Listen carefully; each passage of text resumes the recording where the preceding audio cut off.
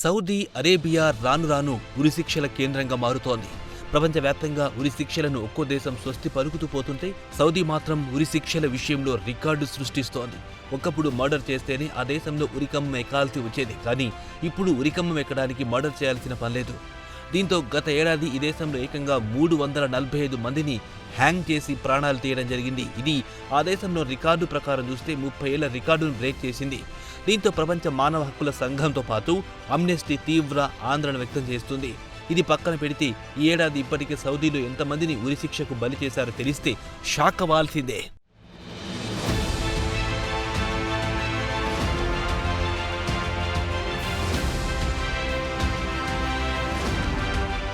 Saudi అరేబియాలో గత సంవత్సరం 345 మందికి ఉరిశిక్ష విధించి 3 దశాబ్దాలకు పైగా నివేదికలో అమ్నెస్టీ నమోదు చేసిన అత్యధిక సంఖ్యగా రికార్డు క్రియేట్ చేయడం జరిగింది. ఇక ఈ ఏడాది 6 నెలల్లోనే 180 మందికి మరణశిక్ష విధించబడింది. దీంతో గత ఏడాది రికార్డు మళ్లీ బద్దలయ్యే అవకాశం ఉందని ఆ బృందం ఆందోళన వ్యక్తం చేస్తోంది. అయితే ఉరిశిక్షలు ఇంతగా పెరగడానికి కారణం డ్రగ్స్.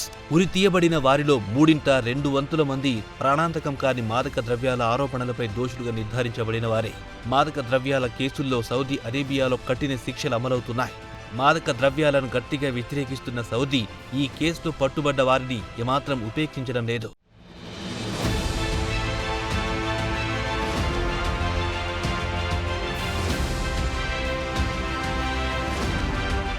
అయితే మాదక ద్రవ్యాలు ప్రాణాంతకం కాకపోయినప్పటికీ ఈ కేసులో దోషులుగా నిర్ధారించబడిన వారిని ఉరితీయడంపై అమ్నెస్టీ తీవ్ర ఆందోళన వ్యక్తం చేస్తోంది.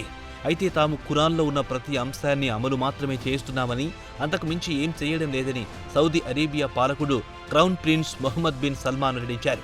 ఇక గతంలో కేవలం హత్యల కేసుల్లోనే ఉరిని అమలు చేస్తామంటూ 2022లో సౌదీ యువరాజు మహమ్మద్ బిన్ సల్మాన్ చేసిన ప్రకటనకు విరుద్ధంగా ప్రాణాంతకం కాని మాదక ద్రవ్యాల కేసుల్లోనూ ఈ శిక్షలు అమలవుతున్నాయి.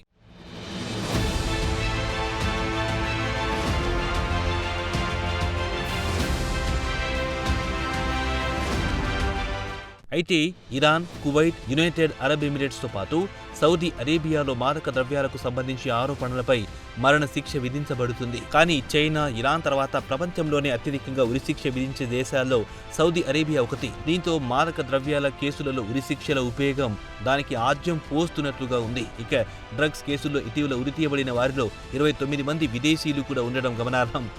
విదేశీ పౌరుల కేసులను అమ్నెస్టీ నమోదు చేసింది. మరణశిక్ష ఉన్న ఖైదీలకు న్యాయ వ్యవస్థ లేదా వారి హక్కుల గురించి తెలియదని, మరియు వారికి చట్టపరమైన ప్రాతినిధ్యం లేదని అమ్నెస్టీ తెలిపింది. గత ఏడాది ఉరితీయబడిన 345 మందిలో సగానికి పైగా విదేశీ పౌరులున్నారు.